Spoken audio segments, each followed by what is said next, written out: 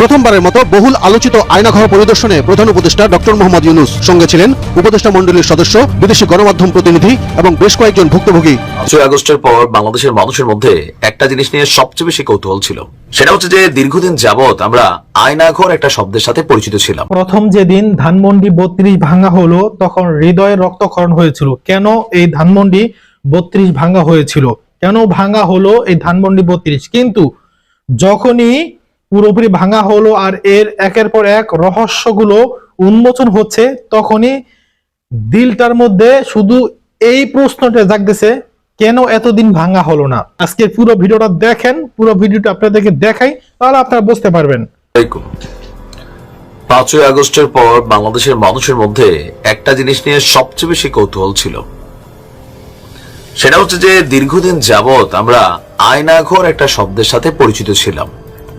তো আসলে কি আয়নাঘরের অস্তিত্ব আছে, নাকি এগুলো বানোয়াট কল্পকাহিনী ছিল? প্রকৃতপক্ষে আয়নাঘর দেখতে কেমন? অনেক ভিডিও বের হয়েছে, আপনারা স্ক্রিনে ইতিমধ্যে 2-1টা ছবি দেখতে পাচ্ছেন। তো প্রকৃতপক্ষে আয়নাঘরের অস্তিত্বের প্রমাণ মিলেছে। আর আজকে আমাদের প্রধান উপদেষ্টা, সাথে আরো কয়েকজন উপদেষ্টা, সাংবাদিক, ইভেন যারা এই আয়নাঘরগুলোতে ছিলেন, তাদের বক্তব্য, তাদের কি বলা হয় যে ডেডিকেশন, সবকিছু আমরা সামনে পেলাম। মজার বিষয় হচ্ছে উপদেষ্টা আসিফ, তারা যখন ডিবিতে ছিল তখন নাকি তাদেরকেও আয়নাঘরে নিয়ে আসা হয়েছিল। একটা রুম দেখে আসিফ বলতেছে যে এটা একটু ভাঙ্গা চুরা বড় করা হয়েছে, বাট এখানে একটা রুম ছিল। তো চলুন দেখি ছবিতে, এবং বাকি বক্তব্যগুলো আপনাদেরকে বলছি যে আজকে আমাদের ডক্টর ইউনূস সহ একটা টিম, তারা এই আয়নাঘর পরিদর্শন করেছেন।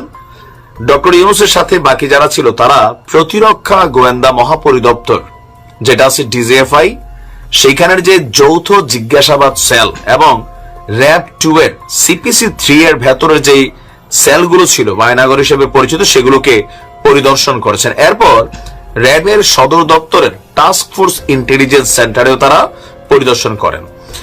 আর এখানে গুম সংক্রান্ত তদন্ত কমিশনের সদস্য থেকে শুরু করে আর অনেকে ছিলেন। আর এসব গোপন বন্দিশালা আগারগাঁও, কচুক্ষেত এবং উত্তরা এলাকায় বলে জানিয়েছেন প্রধান উপদেষ্টার যে প্রেস উইং আছে। সেখান থেকে আমরা এই ছবিগুলো যেগুলো দেখিয়েছি, বলা হচ্ছে যে এগুলো বিভিন্ন বন্দিশালার বিভিন্ন কক্ষ ঘুরে তারা আপনার এই ছবিগুলোকে সামনে এনেছেন। আর এখানে আমরা যদি দেখি যে এই আয়নাঘর নিয়ে নানান বক্তব্য, ছবিতে আমরা যতটুকু বুঝতে পারছি, মানবাধিকার সংগঠন থেকে শুরু করে বলা হচ্ছে যে আপনার সারা বাংলাদেশে অনেকগুলো এরকম আয়নাঘর অস্তিত্ব আছে। তবে আয়নাঘরগুলোর মধ্যে যে মানুষের কিউরিসিটি ছিল বা সন্দেহ ছিল, সেগুলো আজকের এই পরিদর্শনের মাধ্যমে সামনে চলে আসছে যে ঘটনা সত্য। বেশ কিছু চেয়ার দেখলাম আমরা, অনেকগুলো ওয়াল দেখলাম, যেখানে ছোট্ট একটা রুমে নাকি বছরের পর বছর থাকতে হইতো। আবার যে চেয়ারটা দেখছেন, এই চেয়ারে বসাইয়া ইলেকট্রিক শক দিয়া, মানে নানান ধরনের তথ্য জিজ্ঞাসা, অথবা রাজনৈতিক ভাবে উপর মহলের নির্দেশে যাদেরকে গুম করার জন্য বলা হইতো, দীর্ঘদিন যাবত এখানে রেখে অত্যাচার করা হইতো, টর্চার করা হইতো। তো প্রধান উপদেষ্টা বলছিলেন যে আসলে এরকম যে একটা দৃশ্যাবলী আছে বা এরকম একটা জগৎ আছে এই সভ্য দুনিয়ার সাথে, এটা কোনোভাবেই আসলে বিশ্বাস হচ্ছে না যে প্রকৃতপক্ষে এগুলো ছিল। তো আমরা বেশ কিছু ফুটেজ দেখছি, ফুটেজ বলতে এখানে যখন তারা লাইভ ক্যামেরা করছে, তো সেখানে আমরা দেখলাম। তো যাই হোক, যতটুকু মনে হয়েছে যে আসলে এই নৃশংসতা কারে বলে, কত প্রকার কি কি, এগুলো এই আয়নাঘরের মধ্যে না গেলে হয়তোবা আমরা দূর থেকে জাস্ট নিউজ করছি বা আপনি শুনছেন, এটার ভয়াবহতা কি পরিমাণ, যাদের পরিবারের সদস্যরা গুম হয়েছে, অপহরণ হয়েছে, এখানে নির্যাতনে মারা গেছে, বা এখান থেকে বের হইয়া পরিবারের কাছে গেছে, তাদের কাছে এটার যে অনুভূতি বা আবেগ, আমরা এজ এ নিউজ করা অথবা নর্মালি এজ এ লিসেনার হিসাবে শোনা, এটার মধ্যে আকাশ পাতাল পার্থক্য। তো এই আয়নাঘরগুলো চিরজীবনের জন্য বন্ধ করা হোক। আগামীতে কোন সরকারের নেতৃত্বে আইন শৃঙ্খলা বাহিনীর মাধ্যমে এই ধরনের কর্মকাণ্ড যেন আর জীবনে না হয়, এটার সর্বোচ্চ একটা। প্রথমবারের মতো বহুল আলোচিত আয়নাঘর পরিদর্শনে প্রধান উপদেষ্টা ডক্টর মোহাম্মদ ইউনূস, সঙ্গে ছিলেন উপদেষ্টা মণ্ডলীর সদস্য, বিদেশি গণমাধ্যম প্রতিনিধি এবং বেশ কয়েকজন ভুক্তভোগী, যারা বছরের পর বছর বন্দী ছিলেন এসব আয়নাঘরে। যমুনা ইলেকট্রনিক্সের সুপার এক্সচেঞ্জ অফারে একের ভিতর 3 পুরো বদলে নতুন নিন যমুনা ইলেকট্রনিক্স। মানুষ নিশ্চিন্ন হয়ে গেছে, কেউ বলতে পারছে না সে কোথায়। তার মেয়ে আপনাদের সামনেই ছিল আজকে, যে বলছে আমার মা কোথায়, আমার মাকে কোথায় নিয়ে যাওয়া হয়েছে। আজ 9 বছর করে, 9 বছর ধরে আমরা খোঁজ পাইনি। সে নিজেও ছিল, 11 বছর বয়সে ছিল, সে মায়ের সঙ্গে ছিল, তাকে রেখে মাকে নিয়ে চলে গেছে। এই হলো সামান্য একটা দৃশ্য। আগারগাঁও র্যাব 2 এর কার্যালয়ের গোপন বন্দিশালার অনেক কিছুই মুছে ফেলার আলামত পাওয়া গেল স্পষ্ট। ভুক্তভোগীরা নিজেই বর্ণনা করলেন ভয়াবহ সেই নির্যাতনের কথা। ওই যে খুপড়ির মধ্যে তাকে রাখা হয়েছে, গ্রামে তো মুরগির খাঁচা হতে হচ্ছে তো বড় হয়, এরকম অবস্থা। মুরগিও নড়াচড়ার যেরকম জায়গা পায় না, ওরও নড়াচড়ার কোনো জায়গা নেই। ওকে অবস্থা রাখা হয়েছে, মাসের পর মাস, বছরের পর বছর তাকে অবস্থা রাখা। গত সরকার এই আইএমএ জাহেলিয়াতকে প্রতিষ্ঠিত করে গেছে সর্বক্ষেত্রে, এটা তার একটা নমুনা।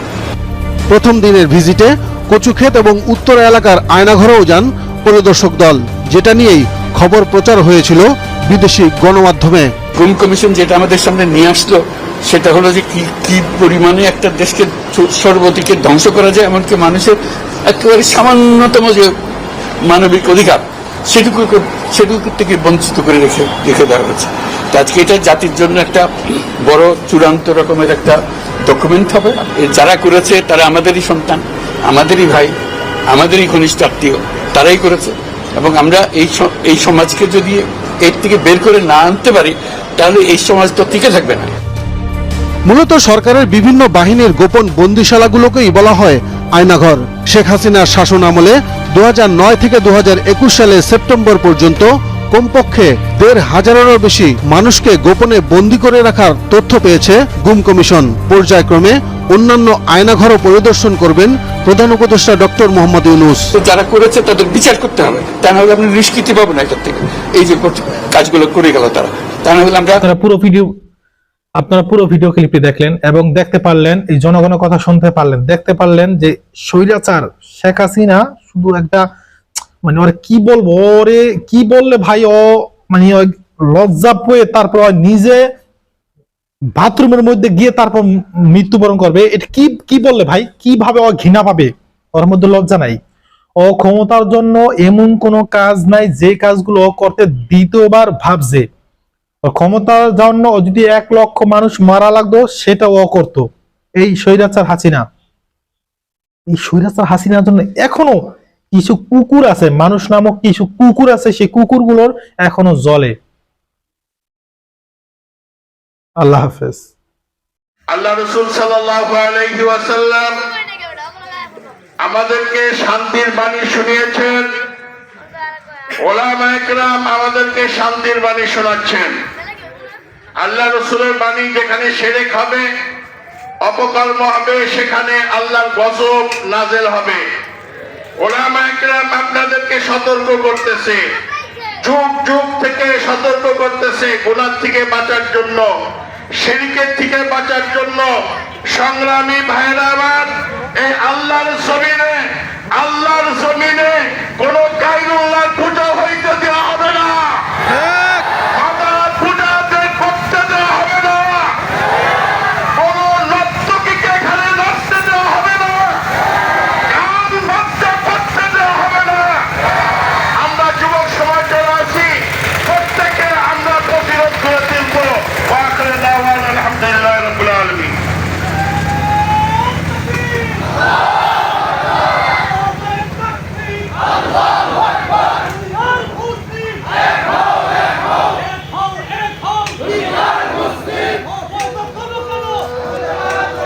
সংগ্রামী সাথী বন্ধুগণ,